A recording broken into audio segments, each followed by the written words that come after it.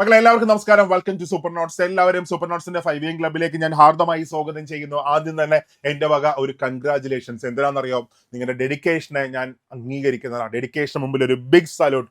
രാവിലെ 5 മണി ഈ സമയത്ത് എണീറ്റ് നിങ്ങൾ ഞങ്ങളോടൊപ്പം പഠിക്കുന്നില്ലേ? നിങ്ങളുടെ ലൈഫിൽ മാറ്റം വരാൻ വേണ്ടി നിങ്ങൾ ശ്രമിക്കുന്നില്ലേ? കൺഗ്രാചുലേഷൻസ്. സൂപ്പർ. ഒന്നും പറയാനില്ല. ലൈഫിൽ ഒരു പുതിയ ഹാബിറ്റ് നിങ്ങൾ സ്റ്റാർട്ട് ചെയ്തു. ഫുൾ സപ്പോർട്ട് ഞങ്ങൾ തരും, കൂടെ കാണും ഞങ്ങൾ. ഓക്കെ, അപ്പോൾ നമ്മൾ ഇന്ന് നോക്കുന്നത് ജോഗ്രഫിയിലെ പ്രാദേശികവാദങ്ങൾ അല്ലെങ്കിൽ ലോക്കൽ വിൻസ് എന്ന ടോപ്പിക്കാണ് നമ്മൾ നോക്കുന്നത്. ഏതൊരു പരീക്ഷ എടുത്താലും നമുക്ക് സ്ഥിരമായിട്ട് ക്വസ്റ്റ്യൻസ് കിട്ടുന്ന ഒരു അടിപൊളി മേഖലയാണ് ലോക്കൽ വിൻസ് അല്ലെങ്കിൽ പ്രാദേശികവാദങ്ങൾ. ഫസ്റ്റ് ഒരു ഡെഫിനിഷൻ കൊടുക്കാം. എന്താണ് പ്രാദേശികവാദങ്ങൾ? മക്കളെ, പ്രാദേശികവാദങ്ങൾ ഇത്രയേ ഉള്ളൂ. പ്രാദേശികമായി ഉണ്ടാകുന്ന താപമർദ്ദ വ്യത്യാസങ്ങൾ മൂലം രൂപം കൊള്ളുന്ന കാറ്റുകളെയാണ് നമ്മൾ പ്രാദേശികവാദങ്ങൾ എന്ന് പറയുന്നു. ഒരിക്കൽ കൂടെ, പ്രാദേശികമായി ഉണ്ടാകുന്ന താപമർദ്ദ വ്യത്യാസങ്ങൾ മൂലം രൂപം കൊള്ളുന്ന കാറ്റുകളാണ് പ്രാദേശികവാദങ്ങൾ. ഓക്കെ, ഇവിടെ ഫസ്റ്റ് നമ്മൾ നോക്കാൻ പോകുന്നത് ഇന്ത്യയിലെ പ്രധാനപ്പെട്ട പ്രാദേശികവാദങ്ങളാണ്. ഫസ്റ്റ് നോക്കാൻ പോകുന്ന ഇന്ത്യയിലെ ലോക്കൽ വിൻസ് ആണ്. ഇതിൽ ഒന്നാമതായിട്ട് നമ്മൾ ഡിസ്കസ് ചെയ്യുന്നത് ലൂ ആണ്. ഫസ്റ്റ് നമ്മൾ ഡിസ്കസ് ചെയ്യുന്നത് ഓക്കെ, ലൂ. അപ്പൊ ലൂ എന്ന് വെച്ചാൽ ഈ ഒരു ഫിഗർ കണ്ടായിരുന്നു നിങ്ങൾ? ഇങ്ങനെ പാവപ്പെട്ട കുറെ ആൾക്കാർ പൊടിക്കാറ്റിലൂടെ ഇങ്ങനെ നടന്നു പോകുന്ന ഈ രംഗം നിങ്ങൾ കണ്ടായിരുന്നോ? മനസ്സിൽ വെച്ചോ, ഇത് ലൂ ആണ്. സോ ലൂവിന് ഡെഫിനിഷൻ കൊടുക്കുകയാണെങ്കിൽ നമുക്ക് ഇങ്ങനെ പറയാം. എന്താണ് ലൂ എന്ന് ചോദിച്ചാൽ, ഇന്ത്യയുടെ ഉത്തര മഹാസമതലത്തിൽ മെയ് ജൂൺ മാസങ്ങളിൽ വീശുന്ന വരണ്ട ഉഷ്ണക്കാറ്റാണ് ലൂ. അപ്പൊ ഒരിക്കൽ കൂടെ, എന്താ ലൂ എന്ന് വെച്ചാൽ ഇന്ത്യയുടെ ഉത്തര മഹാസമതലത്തിൽ മെയ് ജൂൺ മാസങ്ങളിൽ വീശുന്ന വരണ്ട ഉഷ്ണക്കാറ്റാണ് ലൂ. പ്രധാനമായും രാജസ്ഥാനിലും ഉത്തർപ്രദേശിന്റെ പടിഞ്ഞാറൻ പ്രദേശങ്ങളിലുമാണ് ലൂ വീശുന്നത്. അപ്പൊ എവിടേക്കാണ് ലൂ വീശുന്നത്? പ്രധാനമായിട്ടും രാജസ്ഥാനിലും ഉത്തർപ്രദേശിന്റെ പടിഞ്ഞാറൻ പ്രദേശങ്ങളിലുമാണ് ലൂ വീശുന്നത്. 45 ഡിഗ്രി സെൽഷ്യസ് മുതൽ 50 ഡിഗ്രി സെൽഷ്യസ് ടെമ്പറേച്ചറിലാണ് ലൂ വീശുന്നത്. ഒന്ന് ആലോചിച്ച് നോക്കിയേ, ലൂവിന്റെ ടെമ്പറേച്ചർ എത്രയാണ്? 45 ഡിഗ്രി സെൽഷ്യസ് മുതൽ 50 ഡിഗ്രി സെൽഷ്യസ് ടെമ്പറേച്ചറിലാണ് ലൂ വീശുന്നത്. എന്ന് വെച്ചാൽ ഇന്ത്യയിൽ അനുഭവപ്പെടുന്നതിൽ വെച്ച് ഏറ്റവും ചൂട് കൂടിയ പ്രാദേശികവാദം, ഒരിക്കൽ കൂടെ ഞാൻ അടിവരയിട്ട് പറയുന്നു, ഇന്ത്യയിൽ അനുഭവപ്പെടുന്നതിൽ വെച്ച് ഏറ്റവും ചൂട് കൂടിയ പ്രാദേശികവാദം ആരാണ്? ലൂ ആണ്. ഈ ലൂ വീശുന്ന സമയത്ത് നമ്മൾ എങ്ങാനും അവിടെ നിൽക്കുകയാണെങ്കിൽ ഇത് നമ്മുടെ ശരീരത്തിലെ ജലത്തെ മുഴുവൻ വലിച്ചെടുത്തോണ്ട് അങ്ങ് പോകുന്നു. അങ്ങനെ നിർജ്ജലീകരണം മൂലം നമ്മൾ കുഴഞ്ഞു വീണങ്ങ് മരിക്കും. അത്രമാത്രം അപകടകാരിയായ പ്രാദേശികവാദമാണ് ലൂ. അതുകൊണ്ട് തന്നെ ഈ ലൂ വീശുന്ന സമയത്ത് അവിടെ നിന്ന് ആൾക്കാരെയൊക്കെ മാറ്റി പാർപ്പിക്കാറുണ്ട്. ഇന്ത്യയിൽ അനുഭവപ്പെടുന്നതിൽ വെച്ച് ഏറ്റവും ചൂട് കൂടിയ പ്രാദേശികവാദം, ഉത്തരേന്ത്യയിൽ ചൂട് കാരണം ആൾക്കാർ മരിക്കാൻ കാരണമായ പ്രാദേശികവാദം ലൂ ആണ്. ഈ ലൂവിനെ ഉത്തർപ്രദേശിൽ അറിയപ്പെടുന്ന പേരാണ്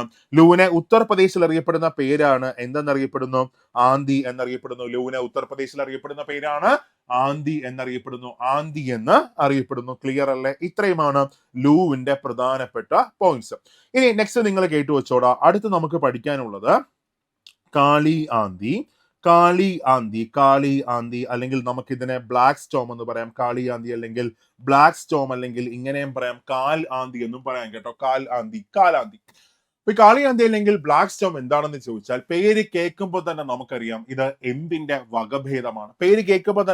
ഇത് എന്തിന്റെ ഡെറിവേറ്റീവ് ആണ്? ലൂവിന്റെ വകഭേദമാണ്. കാരണം ലൂവിനെ ഉത്തർപ്രദേശിൽ അറിയപ്പെടുന്ന ലോക്കൽ നെയിം ആണ് ആന്തി എന്ന് അറിയപ്പെടുന്നത്. ഓക്കെ, അപ്പൊ കാളി ആന്തി അല്ലെങ്കിൽ ബ്ലാക്ക് സ്റ്റോം ഇത്രയേ ഉള്ളൂ. മൺസൂണിന് മുന്നോടിയായിട്ട് നോർത്ത് ഇന്ത്യയിൽ വീശുന്ന ശക്തമായ പൊടിക്കാറ്റാണ് കാളിയാന്തി അല്ലെങ്കിൽ ബ്ലാക്ക് സ്റ്റോം. ഒരിക്കൽ കൂടെ, എന്താ ബ്ലാക്ക് സ്റ്റോം? മൺസൂണിന് മുന്നോടിയായിട്ട് ഉത്തരേന്ത്യയിൽ വീശുന്ന ശക്തമായ പൊടിക്കാറ്റാണ് കാളിയാന്തി അല്ലെങ്കിൽ ബ്ലാക്ക് സ്റ്റോം. ക്ലിയർ അല്ലേ? ഓക്കെ ആണ്. ഇനി നെക്സ്റ്റ് നമുക്ക് നോക്കാനുള്ളത് നോർവെസ്റ്റർ ആണ്. അടുത്ത് നോക്കാനുള്ളത് നോർവെസ്റ്റർ. എന്തുകൊണ്ടാ ഇവനെ നോർവെസ്റ്റർ എന്ന് വിളിക്കുന്ന റീസൺ ഇത്രയേ ഉള്ളൂ. നമ്മൾ ഡിറക്ഷൻ മാർക്ക് ചെയ്യുകയാണെങ്കിൽ ഇവിടെ നോർത്ത്, ഇവിടെ സൗത്ത്, ഇവിടെ ഈസ്റ്റ്, ഇവിടെ വെസ്റ്റ്. ഇവൻ വരുന്നത് ഏത് ഡിറക്ഷനിൽ നിന്നാണ്? നോർത്ത് വെസ്റ്റിൽ നിന്നാണ് വരുന്നത്. കാറ്റ് എവിടെ നിന്നാണോ വരുന്നത് അതാണ് കാറ്റിന്റെ ദിശ, അതാണ് കാറ്റിന്റെ പേര്. ഇവിടെ കാറ്റ് വരുന്നത് നോർത്ത് വെസ്റ്റിൽ നിന്നാണ്. അതുകൊണ്ട് നമുക്ക് ഇവൻ എന്ത് പറയാം? നോർവെസ്റ്റർ എന്ന് നമുക്ക് പറയാം. പിന്നെ എന്തുകൊണ്ടാണ് ലൂവിന് അങ്ങനെ ഒരു പേര് കിട്ടിയെന്ന് ചോദിച്ചാൽ, ലൂ എന്നൊരു സൗണ്ടോടെയാണ് ഇവൻ വരുന്നത്. ലൂ എന്ന സൗണ്ടോടെ വരുന്നത് കൊണ്ടാണ് ഇവനെ ഇങ്ങനെ ഒരു പേരും കൊടുത്തത്. ഓക്കെ, അപ്പൊ നെക്സ്റ്റ് നോക്കാനുള്ളത് നോർവെസ്റ്റർ. മക്കളെ, നിങ്ങൾ ഈ ഇമേജ് കണ്ടായിരുന്നോ? ശക്തമായ ഇടി, മഴ, ഇതൊക്കെ കണ്ടായിരുന്നോ? കാറ്റ്, ഇതൊക്കെ നിങ്ങൾ കണ്ടായിരുന്നല്ലോ. ഇത് നോർവെസ്റ്റർ ആണ്. അപ്പൊ നോർവെസ്റ്റർ ഇത്രയേ ഉള്ളൂ. ശ്രദ്ധിച്ചു കേട്ടോടാ. വെസ്റ്റ് ബംഗാൾ, ബീഹാർ, ആസാം, പഞ്ചാബ് എന്നീ സംസ്ഥാനങ്ങളിൽ, ഒരിക്കൽ കൂടി എവിടെയൊക്കെയാണ്? വെസ്റ്റ് ബംഗാൾ, ബീഹാർ, ആസാം, പഞ്ചാബ് എന്നീ സംസ്ഥാനങ്ങളിൽ ശക്തമായ ഇടിയോടുകൂടിയ പേമാരിക്ക് കാരണമാകുന്ന ഉഷ്ണക്കാറ്റാണ് നോർവെസ്റ്റർ. ഒരിക്കൽ കൂടെ, എന്താ നോർവെസ്റ്റർ? വെസ്റ്റ് ബംഗാൾ, ബീഹാർ, ആസാം, പഞ്ചാബ് എന്നീ സംസ്ഥാനങ്ങളിൽ ശക്തമായ ഇടിയോടുകൂടിയ പേമാരിക്ക് കാരണമാകുന്ന ഉഷ്ണക്കാറ്റാണ് നോർവെസ്റ്റർ. ഈ നോർവെസ്റ്ററിനെ ആസാമിൽ അറിയപ്പെടുന്ന പേരാണ് എന്തെന്നറിയപ്പെടുന്നു? നോർവെസ്റ്ററിനെ ആസാമിൽ അറിയപ്പെടുന്ന പേരാണ് ബർദോളി ചീറ അല്ലെങ്കിൽ ചീറ എന്നൊക്കെ അറിയപ്പെടുന്നു. സോ നോർവെസ്റ്ററിന് ആസാമിൽ അറിയപ്പെടുന്ന പേരാണ് ബർദോളി ചീറ അല്ലെങ്കിൽ ചീറ എന്നൊക്കെ അറിയപ്പെടുന്നു. ബർദോളി ചീറ അല്ലെങ്കിൽ ചീറ ഓർത്തു വെച്ചേക്കുക. ഈ ബർദോളി ചീറ അല്ലെങ്കിൽ ബർദോളി ചീറ എന്നൊരു കവിത എഴുതിയത് ആരാണെന്ന് ചോദിച്ചാൽ അത് ഭൂപൻ ഹസാരികയാണ്. ആസാമിന്റെ കവി എന്നറിയപ്പെടുന്ന ഭൂപൻ ഹസാരികയാണ് ബർദോളി ചീറ എന്ന കവിത എഴുതിയത്. യഥാർത്ഥത്തിൽ എന്താണ് ബർദോളി ചീറ? നോർവെസ്റ്ററിനെ ആസാമിൽ അറിയപ്പെടുന്ന പേരാണ് ബർദോളി ചീറ അല്ലെങ്കിൽ ചീറ എന്നൊക്കെ അറിയപ്പെടുന്നു. ഇനി നോർവെസ്റ്ററിനെ വെസ്റ്റ് ബംഗാളിൽ അറിയപ്പെടുന്ന ലോക്കൽ നെയിമാണ് കാൽ ബൈശാഖി. നോർവെസ്റ്ററിനെ പശ്ചിമ ബംഗാളിൽ അറിയപ്പെടുന്ന പ്രാദേശിക പേരാണ് കാൽ ബൈശാഖി എന്നറിയപ്പെടുന്നു. കാൽ ബൈശാഖി PSCയുടെ ചരിത്രത്തിൽ ഏറ്റവും അധികം തവണ റിപ്പീറ്റ് ചെയ്ത ജോഗ്രഫിയിലെ ക്വസ്റ്റ്യൻ ഏതാണെന്ന് ചോദിച്ചാൽ ഒറ്റ ഉത്തരം മാത്രമേ ഉള്ളത്, കാൽ ബൈശാഖിയാണ്. നോർവെസ്റ്ററിന് വെസ്റ്റ് ബംഗാളിൽ അറിയപ്പെടുന്ന പ്രാദേശിക പേരാണ് കാൽ ബൈശാഖി എന്ന് അറിയപ്പെടുന്നു. ക്ലിയർ ആണ്? ഓക്കെ, ഞാൻ മനസ്സിലാക്കുക. ഇനി എന്താണ് കാൽ ബൈശാഖി? വെസ്റ്റ് ബംഗാളിൽ ശക്തമായ ഇടിയോടുകൂടിയ പേമാരിക്ക് കാരണമാകുന്ന ഉഷ്ണക്കാറ്റാണ് കാൽ ബൈശാഖി. അപ്പൊ മക്കളെ, എന്താ കാൽ ബൈശാഖി?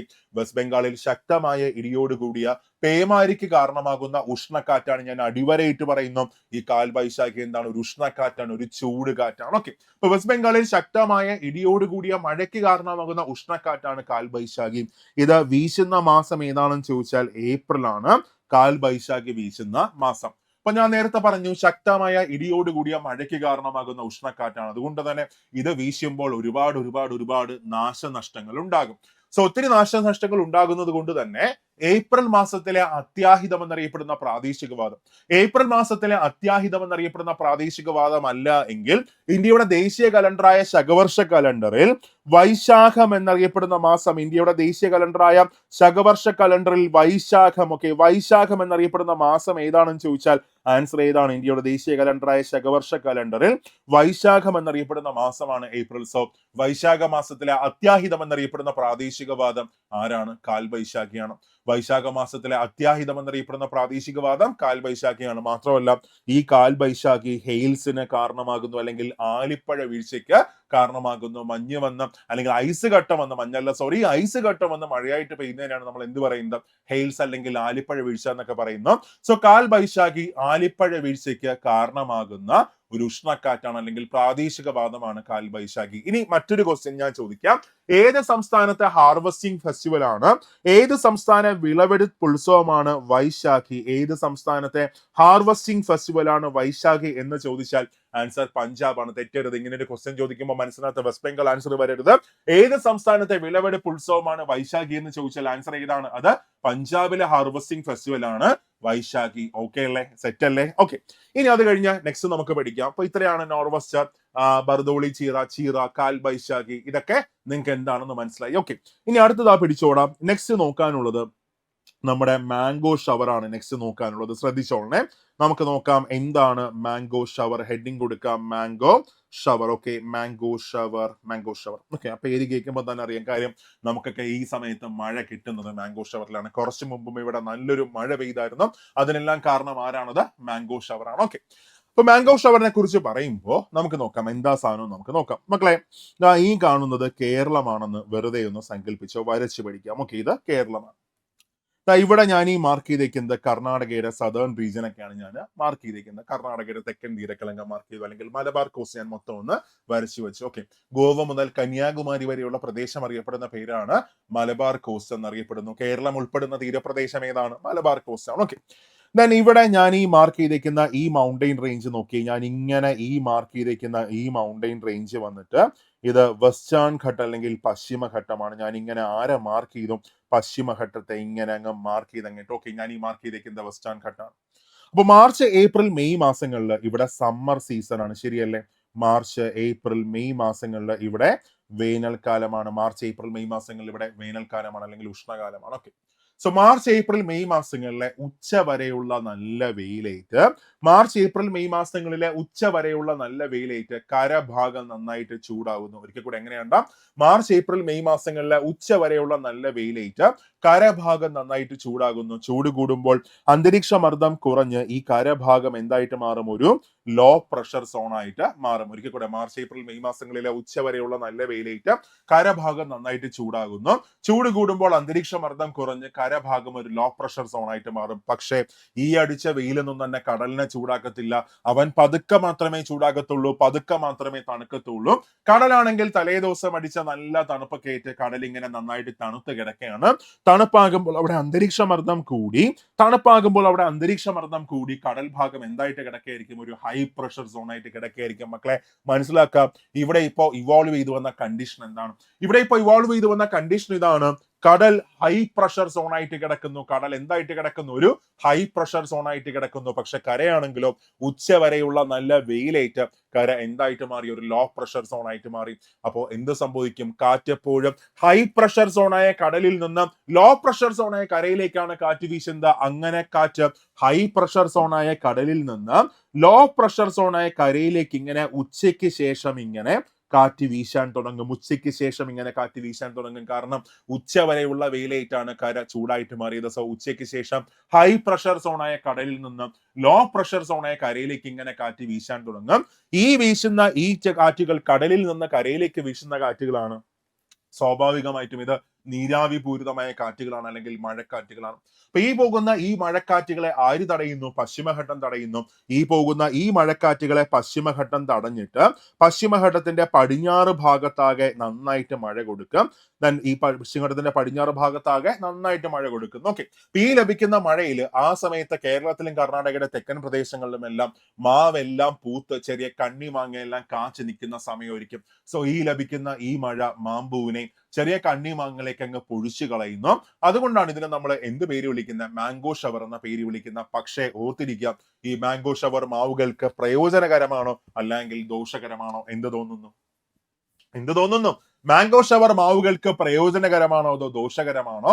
മാംഗോ ഷവർ മാവുകൾക്ക് പ്രയോജനകരമാണ്. അപ്പൊ നമ്മൾ വിചാരിക്കാം മാമ്പൂവിനെയും കണ്ണിമാങ്ങയൊക്കെ അങ്ങ് പൊഴിച്ചു കളയല്ലേ, പിന്നെ എങ്ങനെയാണ് പ്രയോജനകരമാകുന്ന? മക്കളെ, ഈ ലഭിക്കുന്ന ഈ മഴയാണ് ആ സമയത്ത് ടെമ്പറേച്ചർ ബാലൻസ് ചെയ്യുന്നത്.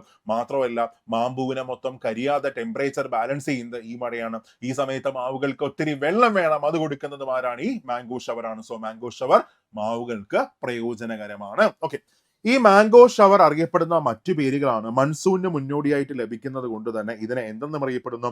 മൺസൂണിന് മുന്നോടിയായിട്ട് വീശുന്നത് കൊണ്ട് തന്നെ ഇതിനെ പ്രീ മൺസൂൺ റെയിൻ എന്നറിയപ്പെടുന്നു. എന്തെന്നറിയപ്പെടുന്നു? പ്രീ മൺസൂൺ റെയിൻ, അല്ലെങ്കിൽ സമ്മർ റെയിൻ എന്നും അറിയപ്പെടുന്നു. പ്രീ മൺസൂൺ റെയിൻ അല്ലെങ്കിൽ സമ്മർ റെയിൻ, അല്ലെങ്കിൽ വേനൽ മഴ. ഓക്കെ, വേനൽ മഴ അല്ലെങ്കിൽ ഏപ്രിൽ മഴ എന്നൊക്കെ അറിയപ്പെടുന്നു. എന്തെന്നറിയപ്പെടുന്നു? ഏപ്രിൽ മഴ എന്നൊക്കെ അറിയപ്പെടുന്നു. സോ വേനൽ സമയത്ത് കേരളത്തിലും കർണാടകയുടെ തെക്കൻ പ്രദേശങ്ങളിലും ഉച്ചയ്ക്ക് ശേഷം ലഭിക്കുന്ന ഇടിയോട് കൂടിയ വേനൽ മഴയാണ് മാംഗോ ഷവർ. ഒരിക്കൽ കൂടെ, എന്താ മാംഗോ ഷവർ? വേനൽ സമയത്ത് കേരളത്തിലും കർണാടകയുടെ തെക്കൻ പ്രദേശങ്ങളിലും ഉച്ചയ്ക്ക് ശേഷം ലഭിക്കുന്ന ഇടിയോട് കൂടിയ വേനൽ മഴയാണ് മാംഗോ ഷവർ. ഇത് മാവുകൾക്ക് പ്രയോജനകരമാണ്. ഓക്കെ, ഇനി മാംഗോ ഷവറിനെ കർണാടകത്തിൽ അറിയപ്പെടുന്ന പേരാണ് ചെറി ബ്ലോസം. മാംഗോ ഷവറിനെ കർണാടകത്തിൽ അറിയപ്പെടുന്ന പേരെന്താണ്? Cherry blossom. Okay, cherry blossom. അതായത് ഇവിടെ കൂടുതൽ പ്രയോജനം കിട്ടുന്നത് മാവുകൾക്കാണെങ്കിൽ കർണാടകത്തിൽ കൂടുതൽ പ്രയോജനം കിട്ടുന്നത് കോഫി പ്ലാന്റേഷൻസിനാണ്, അവിടെയുള്ള കാപ്പിത്തോട്ടങ്ങൾക്കാണ്. സോ നമുക്ക് ഇങ്ങനെ പറയാം, വേനൽ സമയത്ത് കർണാടകത്തിലെ കാപ്പിത്തോട്ടങ്ങൾക്ക് പ്രയോജനകരമായ രീതിയിൽ വീശുന്ന ഉഷ്ണക്കാറ്റാണ് അല്ലെങ്കിൽ മഴക്കാറ്റാണ് ചെറി ബ്ലോസം. ഒരിക്കൽ കൂടെ, എന്താ സാധനം? വേനൽ സമയത്ത് കർണാടകത്തിലെ കാപ്പിത്തോട്ടങ്ങൾക്ക് പ്രയോജനകരമായ രീതിയിൽ വീശുന്ന ഉഷ്ണക്കാറ്റാണ് അല്ലെങ്കിൽ മഴക്കാറ്റാണ് ചെറി ബ്ലോസം. ഓക്കെ അല്ലേ? സെറ്റ് ആണ്. ഓക്കെ, ഇനി അടുത്ത് നമുക്ക് നോക്കാനുള്ളത് എലഫന്റ് ആണ്. ഓക്കെ, ഇന്ത്യയിൽ അനുഭവപ്പെടുന്ന മറ്റൊരു പ്രാദേശിക വാദമാണ് എലഫന്റ്. ഞാൻ ഹെഡിങ് കൊടുത്തു, elephant. Okay, elephant. So elephant ഇത്രയേ ഉള്ളൂ മക്കളെ. ഇവിടെ ഞാൻ ഈ വരച്ചേക്കുന്നത് ഇന്ത്യൻ പെനിൻസുലയാണ്, ഉപദ്വീപ് ഇന്ത്യയാണ് ഞാൻ ഇവിടെ മാർക്ക് ചെയ്തേക്കുന്നത്. ഓക്കെ, അപ്പൊ നോക്ക, ഈ ഗോവ മുതൽ കന്യാകുമാരി വരെയുള്ള ഇത്രയും ഭാഗം അറിയപ്പെടുന്ന പേര് എന്തെന്നറിയപ്പെടുന്നത്? ഗോവ മുതൽ കന്യാകുമാരി വരെയുള്ള ഇത്രയും ഭാഗം അറിയപ്പെടുന്ന പേരാണ് മലബാർ കോസ്റ്റ്. ഗോവ മുതൽ കന്യാകുമാരി വരെയുള്ള ഇത്രയും ഭാഗം അറിയപ്പെടുന്ന പേരാണ് മലബാർ കോസ്റ്റ് എന്ന് അറിയപ്പെടുന്നു. സോ എലഫന്റ് ഇത്രയേ ഉള്ളൂ. സെപ്റ്റംബർ ഒക്ടോബർ മാസങ്ങളിൽ മലബാർ തീരത്ത് വീശുന്ന ഉഷ്ണക്കാറ്റാണ് എലഫന്റ്. എന്താ എലഫന്റ്? സെപ്റ്റംബർ ഒക്ടോബർ മാസങ്ങളിൽ മലബാർ തീരത്ത് വീശുന്ന ഉഷ്ണക്കാറ്റാണ് എലഫന്റ്. ഒരിക്കൽ കൂടെ, എലഫന്റ് എന്താണ്? സെപ്റ്റംബർ ഒക്ടോബർ മാസങ്ങളിൽ മലബാർ തീരത്ത് വീശുന്ന ഉഷ്ണക്കാറ്റാണ് എലഫന്റ്. ഇത്രയുമാണ് ഇന്ത്യയിൽ അനുഭവപ്പെടുന്ന പ്രധാനപ്പെട്ട ലോക്കൽ വിൻഡ്സ്. ക്ലിയർ ആണ്? ഇത്രയുമാണ് ഇന്ത്യയിൽ അനുഭവപ്പെടുന്ന പ്രധാനപ്പെട്ട പ്രാദേശികവാദങ്ങൾ. ഓക്കെ, ഏതൊക്കെ നമ്മൾ നോക്കി? ലൂ നോക്കിയായിരുന്നു. അതിനുശേഷം നമ്മൾ കാളിയാന്തി അല്ലെങ്കിൽ കാലാന്തി നോക്കി. അതിനുശേഷം നമ്മൾ നോർവസ്റ്റർ നോക്കിയായിരുന്നു, ബർദോളി ചീറ നോക്കിയായിരുന്നു, കാൽ ബൈശാഖി നോക്കിയായിരുന്നു, മാംഗോ ഷവർ നോക്കിയായിരുന്നു, ചെറി ബ്ലോസം നോക്കിയായിരുന്നു, എലഫന്റ് നോക്കിയായിരുന്നു. ഇത്രയുമാണ് ഇന്ത്യയിൽ അനുഭവപ്പെടുന്ന പ്രധാനപ്പെട്ട ലോക്കൽ വിൻഡ്സ്. ഇനി നമുക്ക് നേരെ എങ്ങോട്ട് പോകാം? ലോകത്തിലെ പ്രധാനപ്പെട്ട പ്രാദേശികവാദങ്ങളിലേക്ക് പോകാം. മനസ്സിലാക്കാം എന്താണ് ചിനൂക്ക്, എന്താണ് ഹർമാട്ടൻ, എന്താണ് മിസ്ട്രൽ, എന്താണ് ബോറ, എന്താണ് സാന്റ അന, പിന്നെ അതേപോലെ തന്നെ സിറോക്കോ. ഇതൊക്കെ എന്താണെന്ന് നമുക്ക് മനസ്സിലാക്കാം. ഓക്കെ, ഇവിടെ ഫസ്റ്റ് നമ്മൾ നോക്കാൻ പോകുന്നത് ചിനൂക്ക് ആണ്. ഫസ്റ്റ് നോക്കാൻ പോകുന്ന ചിനൂക്ക്. ഓക്കെ, ഈ ഫിഗറിൽ നിങ്ങൾക്ക് കാണാൻ പറ്റുന്നുണ്ട്. ഇവിടെ ഈ കാണുന്ന കോണ്ടിനെന്റ് നോർത്ത് അമേരിക്കയാണ്, വടക്കേ അമേരിക്ക. നോർത്ത് അമേരിക്കൻ കോണ്ടിനെന്റ് നമ്മൾ മാർക്ക് ചെയ്യുകയാണെങ്കിൽ ഇങ്ങനെയാണ് ആര് കിടക്കുന്നത്? നോർത്ത് അമേരിക്കൻ കോണ്ടിനെന്റ് കിടക്കുന്നത്. ഇവിടെ ഇങ്ങനെ മേളിൽ ആര് കിടപ്പുണ്ട്? കാനഡ കിടപ്പുണ്ട്. ഇവിടെ ഇങ്ങനെ മേളിൽ ആര് കിടപ്പുണ്ട്? അമേരിക്ക കിടപ്പുണ്ട്. ഇവിടെ താഴെ ആര് കിടപ്പുണ്ട്? മെക്സിക്കോ കിടപ്പുണ്ട്. സത്യത്തില് ഈ നോർത്ത് അമേരിക്കൻ കോണ്ടിനെന്റ് വലിയൊരു പ്രത്യേകത എന്താണെന്ന് ചോദിച്ചാൽ, അമേരിക്കയ്ക്ക് എന്തുകൊണ്ട് ഇത്രമാത്രം ഒരു ജിയോ പൊളിറ്റിക്കൽ അഡ്വാൻറ്റേജ് കിട്ടി? റീസൺ എത്രയേ ഉള്ളൂ. അമേരിക്കയുടെ രണ്ട് ഭാഗവും കടലാണ്. അമേരിക്കയുടെ രണ്ട് ഭാഗവും കടലാണ്. അമേരിക്കയുടെ അയൽക്കാർ നോക്കുകയാണെങ്കിൽ വളരെ വീക്കായിട്ടുള്ള ആൾക്കാരാണ് അമേരിക്കയുടെ അയൽക്കാർ. അതായത് കാനഡ ആയിക്കോട്ടെ, അതേപോലെ തന്നെ മെക്സിക്കോ ആയിക്കോട്ടെ, സൗത്ത് അമേരിക്കൻ കൺട്രീസ് ആയിക്കോട്ടെ, ഇതൊക്കെ തന്നെ വളരെ വീക്കായിട്ടുള്ള രാജ്യങ്ങളാണ്. അപ്പൊ അമേരിക്ക എന്തവിടെ പറയുന്നോ അത് മാത്രമേ ഇവിടെ നടക്കത്തുള്ളൂ. മാത്രമല്ല, അവർക്ക് കിട്ടിയ ജിയോ പൊളിറ്റിക്കൽ അഡ്വാൻറ്റേജ് എന്താണെന്ന് ചോദിച്ചാൽ, അടുത്തൊന്നും തന്നെ വേറെ ശത്രുക്കളില്ല, അടുത്തൊന്നും തന്നെ ശക്തരായ ശത്രുക്കളില്ല. ബാക്കി ചുറ്റുമാരാണ്, കടലാണ്. അപ്പൊ ഒരു രാജ്യത്തിന് പെട്ടെന്ന് അങ്ങോട്ട് കയറി ആക്രമിക്കാൻ പറ്റത്തില്ല, അവന്മാർക്ക് തകർത്ത് കളയാൻ പറ്റും. പക്ഷെ അതേസമയം നിങ്ങൾ ഇവിടെ ഇപ്പൊ അമേരിക്ക ഏഷ്യയിലാണെങ്കിൽ നിങ്ങൾ ഒന്ന് ആലോചിച്ച് നോക്കി. അമേരിക്ക ഇപ്പോൾ ഏഷ്യയിലാണ് അമേരിക്ക ഉള്ളത്. അങ്ങനെയാണെങ്കിൽ അവിടെ തൊട്ടടുത്ത് ആര് കിടപ്പുണ്ട്? ചൈന കിടപ്പുണ്ട്. അതിന്റെ മേളിൽ ആര് കിടപ്പുണ്ട്? റഷ്യ കിടപ്പുണ്ട്. അതിന്റെ താഴെ ആര് കിടപ്പുണ്ട്? ഇന്ത്യ കിടപ്പുണ്ട്. എല്ലാവരും ശക്തന്മാരാണ്. അയൽക്കാർ നോക്കുകയാണെങ്കിൽ വേറെ ഒന്നും കളിക്കാൻ പറ്റത്തില്ല. എന്തെങ്കിലും അനങ്ങിയാൽ എന്ത് സംഭവിക്കും? ഒന്നുകിൽ ചൈന, അല്ലെങ്കിൽ റഷ്യ, അല്ലെങ്കിൽ ഇന്ത്യ ശക്തമായിട്ട് അതിനെ എതിർക്കും. പക്ഷെ അവിടെ കിടന്നുകൊണ്ട് നമുക്ക് എന്ത് വേണോ കാണിക്കാം. എവിടെ? നോർത്ത് അമേരിക്കയിൽ. ഞാൻ നിങ്ങൾക്ക് ഒരു ഉദാഹരണം പറഞ്ഞുതരാം. ആനപ്പുറത്ത് കയറിയിരുന്നാൽ പിന്നെ ബാക്കി ആരെയും പേടിക്കേണ്ട ആവശ്യമില്ല. കേട്ടിട്ടില്ല നിങ്ങൾ? അതേപോലെയാണ് അമേരിക്കയുടെ ജോഗ്രഫിക്കൽ ഇമ്പോർട്ടൻസ്. ഓക്കെ, വിട്ടേക്കാം. നമ്മൾ നേരെ ചിനൂക്കിലേക്കാണ് നമ്മൾ വരുന്നത്. ഈ കാണുന്ന ഈ പർവ്വതങ്ങളാണ് പ്രയറീസ്. നോർത്ത് അമേരിക്കയിലെ ഗ്രാസ് ലാൻഡ്സ്. ഈ പർവ്വതങ്ങളല്ല, ഗ്രാസ് ലാൻഡ്സ് ആണ്, പുൽമേടുകളാണ് പ്രയറീസ്. Okay, prairies. അപ്പൊ എന്താണ് ചിനൂക്ക് എന്ന് ചോദിച്ചാൽ, ഇവിടെ ഇങ്ങനെ ഒരു പർവ്വതമുണ്ട്. ഈ പർവ്വതത്തിന്റെ പേര് റോക്കി പർവ്വതങ്ങൾ കേട്ടോ. റോക്കി പർവ്വതം. ഈ റോക്കി പർവ്വതങ്ങളുടെ താഴ്ഭാഗത്തുള്ള പുൽമേടുകളാണ് പ്രയറീസ് എന്നൊക്കെ നമുക്ക് പറയാം. പ്രയറീസ് ഓർത്ത് വെച്ചേക്കാം. റോക്കി പർവ്വതനിരകൾ എവിടെ സ്ഥിതി ചെയ്യുന്നു? നോർത്ത് അമേരിക്കൻ കോണ്ടിനെന്റിൽ സ്ഥിതി ചെയ്യുന്നു. പ്രയറീസ് എന്ന പുൽമേട് എവിടെ സ്ഥിതി ചെയ്യുന്നു? നോർത്ത് അമേരിക്കൻ കോണ്ടിനെന്റിൽ സ്ഥിതി ചെയ്യുന്നു. ഓക്കെ, അപ്പൊ ഇവിടെ ചിനൂക്ക് ഇത്രയേ ഉള്ളൂ. വടക്കേ അമേരിക്കയിലെ റോക്കി പർവ്വതത്തിന്റെ കിഴക്ക് നിന്ന്, വടക്കേ അമേരിക്കയിലെ റോക്കി പർവ്വതത്തിന്റെ കിഴക്ക് നിന്ന് താഴേക്ക് വീശുന്ന ഉഷ്ണക്കാറ്റാണ് ചിനൂക്ക്. ഒരിക്കൽ കൂടെ, എന്താ ചിനൂക്ക്? വടക്കേ അമേരിക്കയിലെ റോക്കി പർവ്വതത്തിന്റെ കിഴക്ക് നിന്ന് താഴേക്ക് വീശുന്ന ഉഷ്ണക്കാറ്റാണ് ചിനൂക്ക്. അപ്പൊ ഈ വരുന്ന ഈ ചൂടുകാറ്റ് പ്രയറി പ്രദേശങ്ങൾ, എന്താ പ്രയറി പ്രദേശങ്ങൾ? വടക്കേ അമേരിക്കയിലെ പുൽമേടുകളെയാണ് നമ്മൾ പ്രയറീസ് എന്ന് പറയുന്നത്. അപ്പൊ ഈ വീശുന്ന ഈ ചൂടുകാറ്റ് പ്രയറി പ്രദേശങ്ങളിലെ മഞ്ഞിനെ മൊത്തം ഉരുക്കിക്കളയുന്നു. ഒരിക്കൽ കൂടെ, ഈ വീശുന്ന ഈ ചൂടുകാറ്റ് പ്രയറി പ്രദേശങ്ങളിലെ മഞ്ഞിനെ മൊത്തം ഉരുക്കിക്കളയുന്നത് കൊണ്ട് തന്നെ മഞ്ഞ് തിന്നുന്നവൻ എന്നറിയപ്പെടുന്ന പ്രാദേശികവാദം ആരാണത്? ചിനൂക്കാണ്. അപ്പൊ ഒരിക്കൽ കൂടെ, എന്താ ചിനൂക്ക്? വടക്കേ അമേരിക്കയിലെ റോക്കി പർവ്വതനിരയുടെ കിഴക്ക് നിന്ന് താഴേക്ക് വീശുന്ന ഉഷ്ണക്കാറ്റാണ് ചിനൂക്ക്. ഈ വീശുന്ന ഈ ചൂടുകാറ്റ് പ്രയറി പ്രദേശങ്ങളിലെ മഞ്ഞിനെ മൊത്തം ഉരുക്കുന്നത് കൊണ്ട് തന്നെ മഞ്ഞ് തിന്നുന്നവൻ എന്നറിയപ്പെടുന്ന പ്രാദേശികവാദം ചിനൂക്കാണ്. മാത്രമല്ല, ഈ പോകുന്ന ഈ ചൂടുകാറ്റ് കനേഡിയൻ സമതലത്തിലെ ശൈത്യത്തിന്റെ കാഠിന്യം കുറയ്ക്കുന്നത് കൊണ്ട് തന്നെ ഈ വീശുന്ന ഈ ചൂടുകാറ്റ് കനേഡിയൻ സമതലത്തിലെ ശൈത്യത്തിന്റെ കാഠിന്യം കുറയ്ക്കുന്നത് കൊണ്ട് തന്നെ, മക്കളെ ഞാനിവിടെ പച്ച കളറിൽ മാർക്ക് ചെയ്തിരിക്കുന്ന കാനഡയിലെ ഗോതമ്പ് പാടങ്ങളാണ് കേട്ടോ, ഓർത്തിരിക്കണം. പണ്ടേ ഞാൻ കലാകാരനാണ്. ഓക്കെ. ഈ വീശുന്ന ഈ ചൂടുകാറ്റ് കനേഡിയൻ സമതലത്തിലെ ശൈത്യത്തിന്റെ കാഠിന്യം കുറയ്ക്കുന്നത് കൊണ്ട് തന്നെ അവിടെയുള്ള ഗോതമ്പ് കൃഷിക്ക് ഏറെ പ്രയോജനകരമാണ്. കാനഡയിലെ ഗോതമ്പ് കൃഷിക്ക് ഏറെ പ്രയോജനകരമാണ്. സോ ഓർത്തിരിക്കുക, ഗോതമ്പ് കർഷകരുടെ മിത്രം എന്നറിയപ്പെടുന്ന പ്രാദേശികവാദം, ഗോതമ്പ് കർഷകരുടെ മിത്രം എന്നറിയപ്പെടുന്ന പ്രാദേശികവാദം ആരാണത്? ചിനൂക്കാണ്. ഓക്കെ, റിപ്പീറ്റ് ചെയ്യാൻ നമുക്ക്.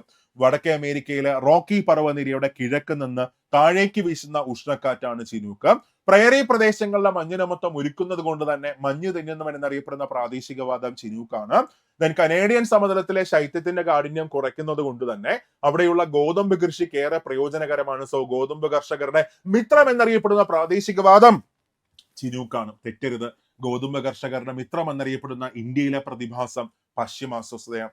ഗോതമ്പ് കർഷകരുടെ മിത്രം എന്നറിയപ്പെടുന്ന ഇന്ത്യയിലെ പ്രതിഭാസം പശ്ചിമാസ്വസ്ഥതയാണ്. എന്നാൽ ഗോതമ്പ് കർഷകരുടെ മിത്രം എന്നറിയപ്പെടുന്ന പ്രാദേശികവാദം ആരാണെന്ന് ചോദിച്ചാൽ ആരാണത്? ചിനൂക്കാണ്. ക്ലിയർ അല്ലേ? ഓക്കെ അല്ലേ? ഓക്കെ. ഇനി അത് കഴിഞ്ഞ് നെക്സ്റ്റ് നമുക്ക് നോക്കാനുള്ളത് ഫൊന്നാണ് നമുക്ക് നോക്കാനുള്ളത്. ഓക്കെ, ഫൊൻ. അടുത്ത് പഠിക്കാനുള്ളത് ആരെയാണ്? ഫൊന്നാണ് നെക്സ്റ്റ് നമുക്ക് നോക്കാനുള്ളത്. ശ്രദ്ധിച്ചോളണം. അടുത്ത് നമുക്ക് പഠിക്കാനുള്ളത് ഫൊന്നാണ്. ഓക്കെ, ഫൊൻ. മക്കളെ, ഫൊൻ ഇത്രയേ ഉള്ളൂ. ഞാൻ ഇവിടെ ഈ മാർക്ക് ചെയ്തിരിക്കുന്നത് യൂറോപ്പിലെ ആൽസ് പർവ്വതങ്ങളാണെന്ന് സങ്കല്പിച്ചോ. യൂറോപ്യൻ യൂണിയനിലെ യൂറോപ്യൻ കോണ്ടിനെന്റിലെ ഏറ്റവും പ്രധാനപ്പെട്ട ഒരു മൗണ്ടെയിൻ റേഞ്ച് ആണ് ആൽസ് മൗണ്ടെയിൻ റേഞ്ച്. ഏതാണ്ട് ഇറ്റലിയുടെയൊക്കെ മെയിനിലായിട്ടാണ് ആര് കിടക്കുന്നത്? ആൽസ് മൗണ്ടെയിൻ റേഞ്ച് കിടക്കുന്നത്. അപ്പോൾ ഫൊൻ ഇത്രയേ ഉള്ളൂ. യൂറോപ്പിലെ ആൽസ് പർവ്വതനിരയുടെ വടക്കേ ചെരിവിലൂടെ വീശുന്ന ഉഷ്ണക്കാറ്റാണ് ഫൊൻ. ഒരിക്കൽ കൂടെ, എന്താ ഫൊന്ന്? യൂറോപ്പിലെ ആൽസ് പർവ്വതനിരയുടെ വടക്കേ ചെരിവിലൂടെ വീശുന്ന ഉഷ്ണക്കാറ്റാണ് ഫൊൻ. ഒരിക്കൽ കൂടെ, യൂറോപ്പിലെ ആൽസ് പർവ്വതനിരയുടെ വടക്കേ ചെരിവിലൂടെ വീശുന്ന ഉഷ്ണക്കാറ്റാണ് ഫൊൻ. ഈ വീശുന്ന ഈ ചൂടുകാറ്റ് യൂറോപ്പിലെ മഞ്ഞിനെ മൊത്തം ഉരുക്കുന്നത് കൊണ്ട് തന്നെ, ശ്രദ്ധിക്കാം, ഈ വീശുന്ന ഈ ചൂടുകാറ്റ് യൂറോപ്പിലെ മഞ്ഞിനെ മൊത്തം ഉരുക്കുന്നത് കൊണ്ട് തന്നെ യൂറോപ്പിലെ മഞ്ഞ് തിന്നുന്നവരെന്നറിയപ്പെടുന്ന പ്രാദേശികവാദം ഫൊന്നാണ്. മാത്രമല്ല, ഈ പോകുന്ന ഈ ചൂടുകാറ്റ് യൂറോപ്പിലെ മുന്തിരികളെ മുഴുവനും പാകമാകാൻ സഹായിക്കുന്നു, വിളയാൻ സഹായിക്കുന്നു, അല്ലെങ്കിൽ പഴുക്കാൻ സഹായിക്കുന്നു. അപ്പോൾ പഴുക്കാൻ സഹായിക്കുന്നു പറയുമ്പോൾ മക്കളെ, യൂറോപ്പ് പൊതുവെ തണുത്തൊരു ഭൂഖണ്ഡമാണ്. അപ്പൊ അവിടെ ഒത്തിരി മുന്തിരി കൃഷിക്കെല്ലാം വളരെ ഫേമസ് ആയ കോണ്ടിനെന്റ് ആണ് യൂറോപ്പ്. മുന്തിരി പഴുക്കണമെങ്കിൽ, വിളയണമെങ്കിൽ എന്ത് വേണം? ചൂട് വേണം. അപ്പൊ നിങ്ങളൊന്ന് ആലോചിച്ച് നോക്കുക, നിങ്ങൾ 1 കിലോ പച്ച മുന്തിരി, പച്ച കളറുള്ള മുന്തിരിങ്ങയല്ല, മറിച്ച് എന്താണ്? മറിച്ച് വിളയാത്ത, പാകമാകാത്ത മുന്തിരിയെ കൊണ്ടുവന്ന് ഫ്രിഡ്ജിനകത്ത് വെച്ചാലും, നിങ്ങളുടെ വീട്ടിലെ റെഫ്രിജറേറ്ററിനകത്ത് വെച്ചാലും അത് പഴുക്കൂ? ഒരിക്കലും പഴുക്കത്തില്ല. അത് കുറച്ച് ദിവസം കഴിയുമ്പോൾ എന്ത് ചെയ്യും? ചീത്തയായിപ്പോകും. അതേപോലെയാണ് ഇവിടെ. ചൂടില്ലാത്തതുകൊണ്ട് അവിടെയുള്ള മുന്തിരി മൊത്തം അങ്ങ് നശിച്ചു പോകും. അപ്പോൾ അത് നശിക്കാതിരിക്കാനായിട്ട് പോയി ചൂട് കൊടുക്കുന്നത് ആരാണ്? ഈ പോകുന്ന ഫൊന്നാണ്.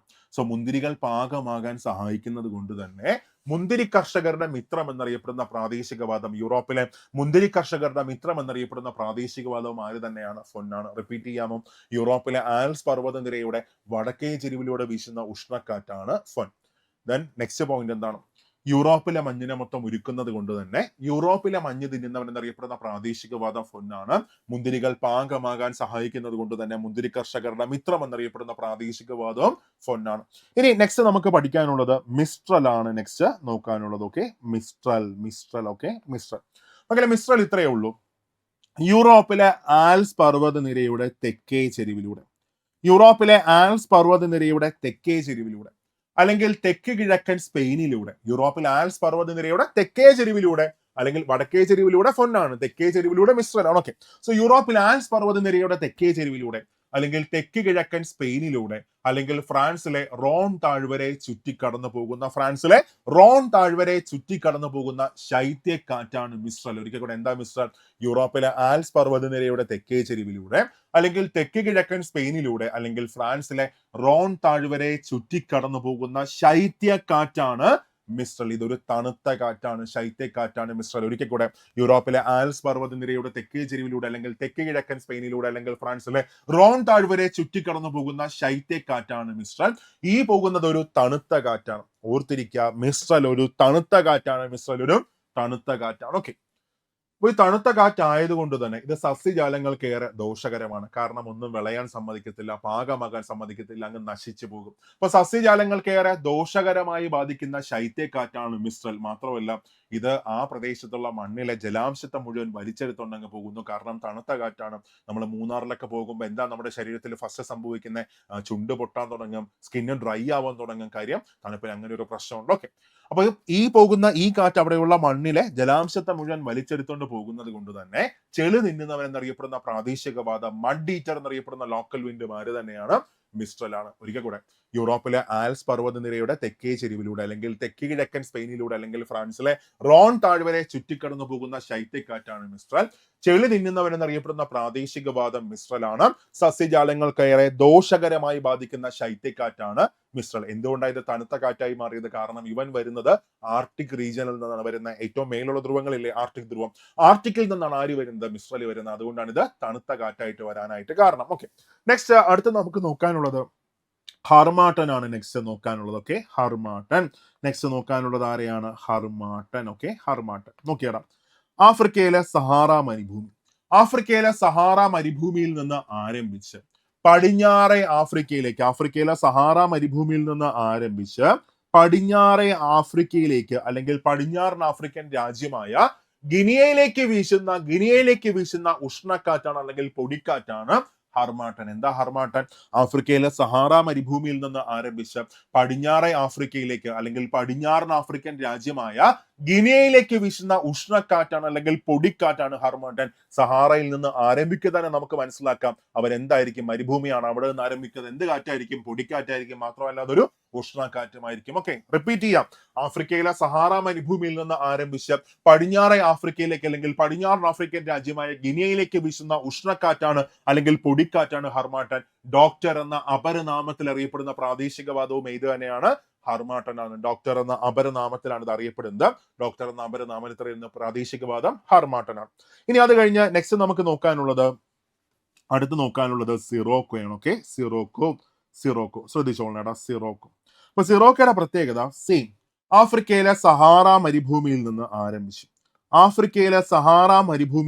ആരംഭിച്ച് മെഡിറ്ററേനിയൻ കടലിനെ മുറിച്ചു കടന്ന് തെക്കേ യൂറോപ്പിലേക്ക് അല്ലെങ്കിൽ തെക്കേ യൂറോപ്യൻ രാജ്യങ്ങളായ ഇറ്റലി, ഗ്രീസ്, മാൾട്ട തുടങ്ങിയ രാജ്യങ്ങളെ ബാധിക്കുന്ന ഉഷ്ണക്കാറ്റാണ് അല്ലെങ്കിൽ പൊടിക്കാറ്റാണ് സിറോക്കോ. അപ്പൊ ഒരിക്കൽ കൂടെ, എന്താ സിറോക്കോ?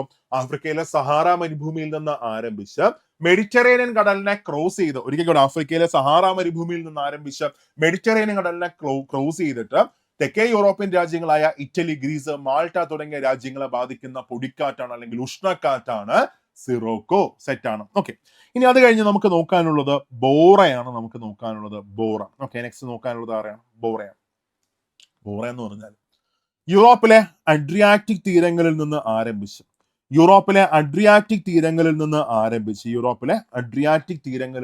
ആരംഭിച്ച് നേരെ ക്രൊയേഷ്യയിലേക്ക് വീശുന്ന ഒരു ശീതക്കാറ്റാണ് അല്ലെങ്കിൽ കോൾഡ് വിൻഡ് ആണ് ബോറ. ശീതക്കാറ്റ് അല്ലെങ്കിൽ കോൾഡ് വിൻഡ് ആണ് ബോറ. ഒരിക്കൽ കൂടെ, എവിടെ നിന്ന് ആരംഭിക്കുന്നു? യൂറോപ്പിലെ അഡ്രിയാറ്റിക് തീരങ്ങളിൽ നിന്ന് ആരംഭിച്ച് ക്രൊയേഷ്യയിലേക്ക് വീശുന്ന ഒരു ശീതക്കാറ്റാണ് ബോറ. ഇതൊരു കറ്റബാറ്റിക് വിൻഡിന് ഉദാഹരണമാണ്. കറ്റബാറ്റിക് വിൻഡ് എന്ന് വെച്ചാൽ എന്താണ്?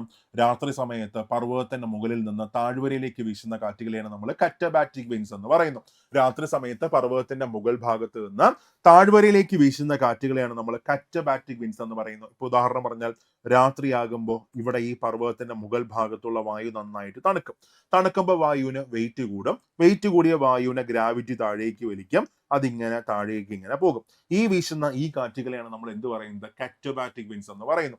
രാത്രി സമയത്ത് പർവ്വതത്തിന്റെ മുകൾ ഭാഗത്ത് നിന്ന് താഴ്വരയിലേക്ക് വീശുന്ന കാറ്റുകളാണ് കറ്റബാറ്റിക് വിൻഡ്സ്. ഈ വീശുന്ന ഈ ബോറ എന്ത് തരം കാറ്റുകൾക്ക് ഉദാഹരണമാണ്? ഒരു കറ്റബാറ്റിക് വിൻഡിന് ഉദാഹരണമാണ്. സെറ്റ് അല്ലേ?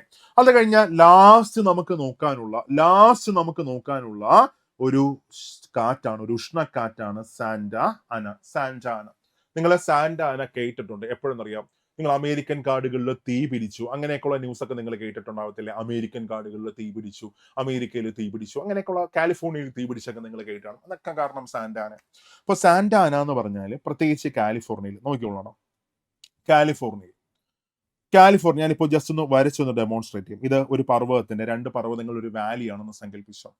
അതായത് കാലിഫോർണിയൻ പ്രത്യേകിച്ച് ഉയർന്ന പ്രദേശങ്ങളാണ്, മലമുകളിൽ നിന്നാണ് കാലിഫോർണിയയിലെ ഉയർന്ന പ്രദേശങ്ങളിൽ നിന്ന് ഇങ്ങനെ പർവ്വതത്തിന്റെ വിടവിലേക്ക് വീശുന്ന അല്ലെങ്കിൽ വാലിയിലേക്ക് വീശുന്ന ഒരു ഉഷ്ണക്കാറ്റാണ് സാന്റ അന. അപ്പൊ സ്വാഭാവികമായിട്ടും വാലിയിലിന്റെ ഇടയിലൂടെ വീശുമ്പോൾ എന്ത് സംഭവിക്കുന്നു? ഇതിങ്ങനെ ഒരു ചുരുങ്ങിയ പ്രദേശത്തേക്ക് ഇതിങ്ങനെ ഫോഴ്സ്ഫുള്ളി ഇങ്ങനെ താഴേക്ക് വരുന്നു. ഇപ്പൊ ഉദാഹരണം പറഞ്ഞാൽ ഒരു പൈപ്പ് നിങ്ങൾ എടുക്കാൻ, ഒരു ടാപ്പ് എടുക്കാൻ, ഒരു ഹോസ് എടുത്തിട്ട് ഹോസിന്റെ ഏറ്റവും എൻഡിൽ നിങ്ങൾ ഇങ്ങനെ ഞെക്കി വെക്കുകയാണെന്ന് സങ്കല്പിച്ചു. ഹോസിന്റെ എൻഡിൽ ഇങ്ങനെ ഞെക്കി വെക്കുകയാണ്. സോ ഞെക്കി വെക്കുമ്പോൾ എന്ത് സംഭവിക്കും? വെള്ളത്തിന് ഫോഴ്സ് ഭയങ്കര കൂടത്തില്ലേ? വളരെ സ്പീഡിൽ വെള്ളം പോകത്തില്ലേ? അതേപോലെയാണ് ഈ വീശുന്ന ഈ ചൂടുകാറ്റ് ഈ വാലിയിലേക്ക് വരുമ്പോൾ ഒരു പോയിന്റിലേക്ക് കോൺസെൻട്രേറ്റ് ചെയ്ത് ഭയങ്കര സ്പീഡിൽ ഇത് വീശി ഇങ്ങനെ താഴേക്ക് വരുമ്പോൾ ഇവിടെ മൊത്തം എന്തുണ്ട്? വൃക്ഷങ്ങളുണ്ട്, കാടുണ്ട്. സോ ഇവിടെ ഈ കാട്ടിന് മൊത്തം അതങ്ങ് തീരും. അങ്ങനെ അതെന്തായിട്ട് മാറും? വളരെ അപകടകാരിയായിട്ട് ഒരു ഉഷ്ണക്കാറ്റായിട്ട് മാറും. സോ കാലിഫോർണിയൻ പ്രദേശങ്ങളിലെ കാട്ടുതീക്ക് കാരണമാകുന്ന